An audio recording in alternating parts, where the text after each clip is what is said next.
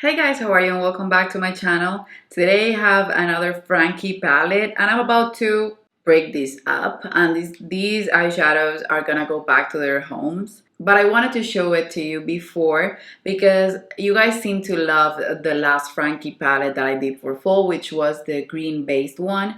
This is one that I wanted to do again for fall, but I wanted it to be more on the warmer orangey pinky side. And this is what I came up with. Oh, so if you want to see my Frankie palette with Natasha Denona Eyeshadows that I put on this C palette, then just keep on watching. So again, I chose 9 eyeshadows from different palettes from my Natasha Denona palettes that I own, and I placed them in this little C palette, which was the one that I used for brows, but now I switched it up and put my brow products in this one. Maybe I will use this one next to create another eyeshadow palette, but I have my brow products, my brow powders from my Makeup Artist Kit now right there. And this is the palette that I ended up creating. You can see how beautiful that looks. And you can see it from afar better. And spoiler alert, I hit pan in one shade and I couldn't be happier. You guys know that I love hitting panning products, and this has been my most used eyeshadow since I did this palette. How come I had that eyeshadow for so long and it went through me because I never used it? That's from the green brown palette. So it's my oldest Natasha Denona palette, and that product, I used it a few times, but it was lost in my collection and it's so beautiful. It's a pinky brown, this shade right here. I'm obsessed with it. So I wanted to be ready, so I already swatched the colors. And I know where a few of them are from. I don't know if all of them I'm gonna be right about them, but I think I will.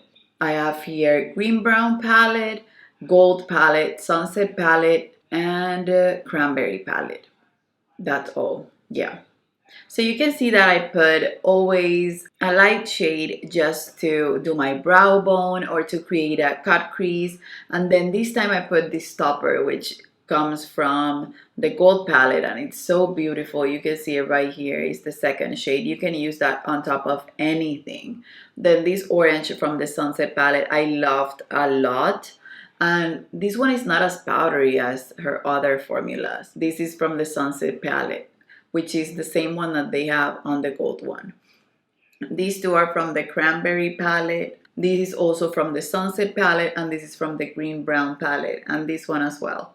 So I have a mixture of eyeshadows, but all of them are so beautiful, and I just didn't want to remove everything from this little palette without showing it to you guys first. This is gonna be a short and sweet video, guys. That's all I wanted you guys to see. I've been truly loving my Natasha Denona shadows. It doesn't matter how many shadows I've purchased this year. The Natasha Denona, I'm playing with my Natasha Denona shadows, whether they're brand new or oldie, has been my favorite thing this year. I've been loving, this is the second Natasha Denona shadow that I pan, and it's definitely not gonna be the last. I will keep playing with them and using them, and I love looking at them and see that they have dents in them, that they are worn, that they have been played with. It makes me so happy.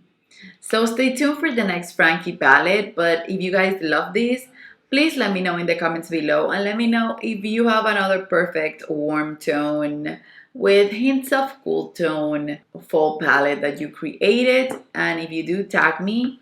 Please leave a little Frankenstein below for the Frankie palette as an emoji if you watch the entire video. And that's it, you guys. I guess I'll see you on the next one. Bye bye.